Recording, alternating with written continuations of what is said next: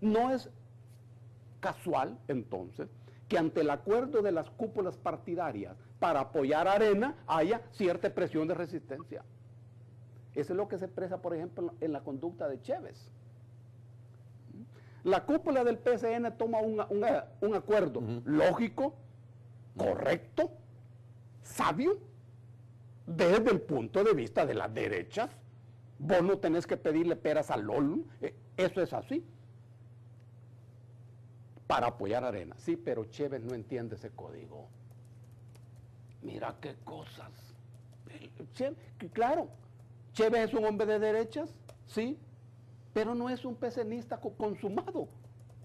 Y él piensa que hay que terminar esta carrera, que también es correcto. ¿La cúpula del PCN había calculado esto? No. Estos son los problemas. No hay una cabeza partidaria, sino que hay una cabeza política.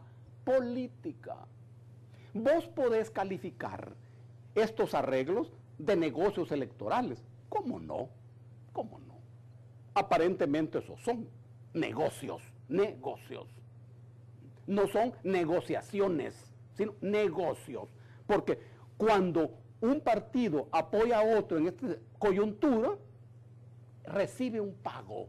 El pago es contante y sonante. Eso es un negocio, no es una negociación. Chévez no entiende de eso. Qué buena noticia. Ahora, esto mismo podrá aparecer en el PDC.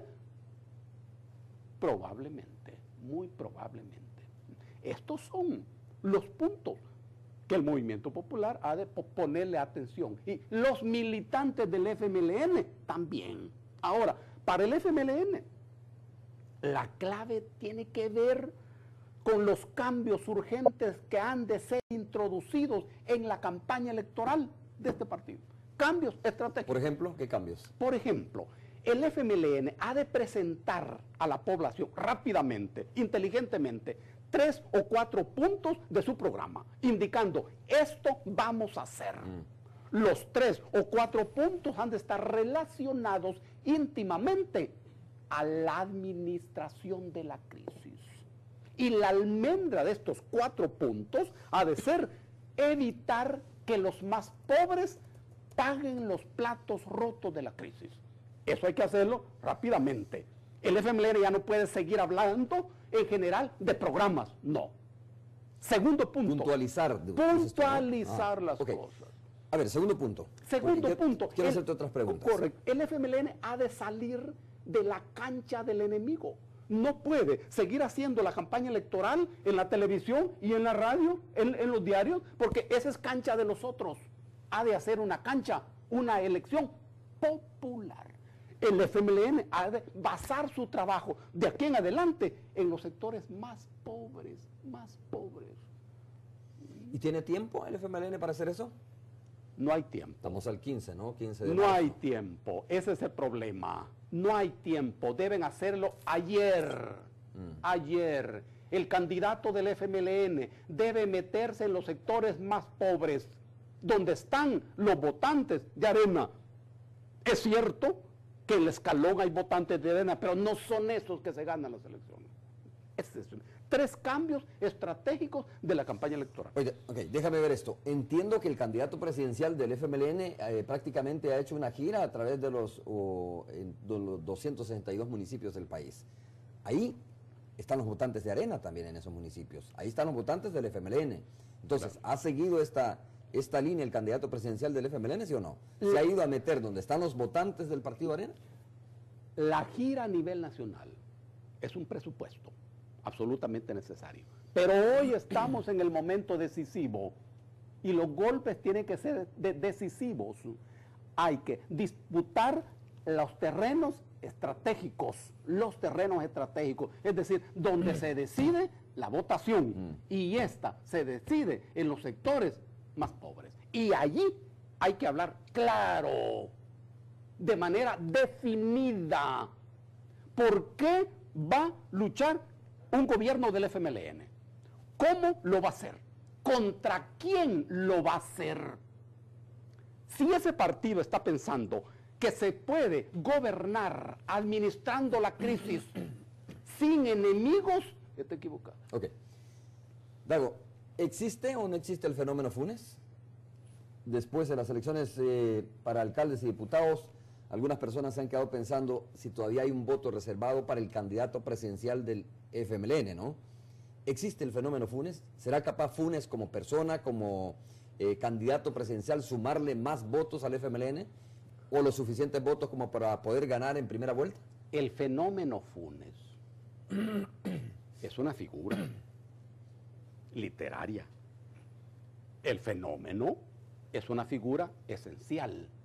Cuando hablamos de fenómeno, estamos hablando de una esencia. Todo fenómeno es la forma como una esencia se expresa.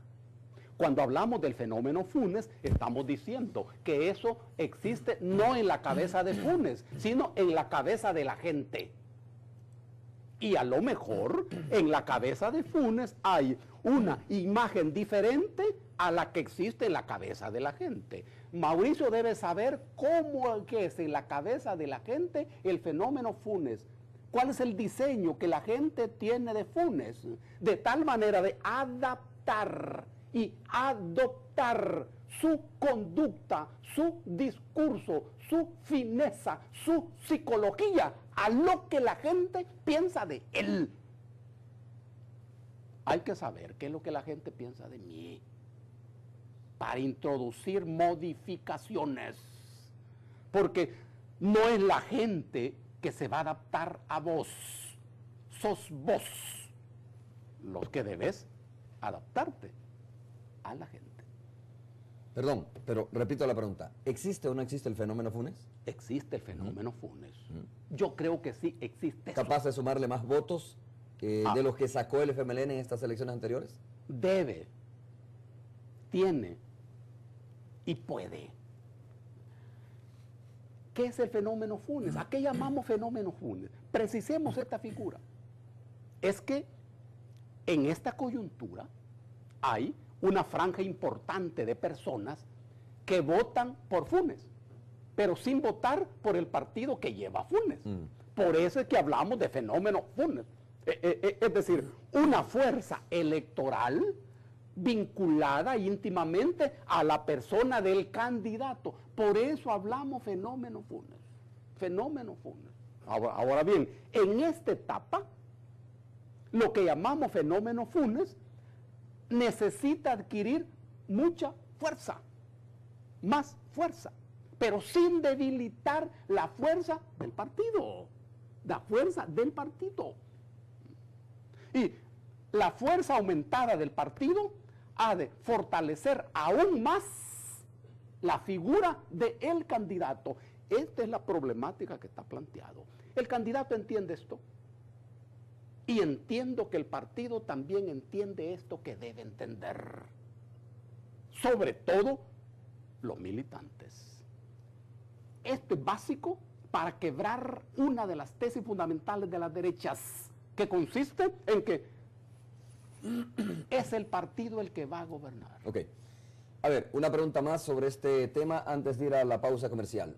Si existe el fenómeno Funes, ¿por qué no se manifestó como se supone que debería haberse manifestado en las elecciones del pasado 15 de marzo? Porque estamos hablando de elecciones distintas. Yo siempre he pensado, de alguna manera, conversando con algunas personas, algunos analistas dicen, lo que pasa es que tampoco se manifestó tan evidentemente, o se manifestó el voto de Mauricio Funes, porque no iba corriendo Mauricio Funes en esas elecciones. ¿Tú estás de acuerdo en ese análisis? Es interesante esto. Fíjate, ¿existe o no el fenómeno Mauricio Funes? Sí, porque una franja de la gente que vota por Mauricio y no por el candidato que lleva a Mauricio. Esto testimonia que existe ese fenómeno Funes. Ahora bien, ese fenómeno Funes actuó el 18 de enero, sí, porque el FMLN sacó más votos que Arena, pero no sacó más votos que las derechas. Las derechas, sí. PDC, PCN, sí. Arena. Aquí siempre tenemos que hablar en plural. Las izquierdas y las derechas. Sí actuó.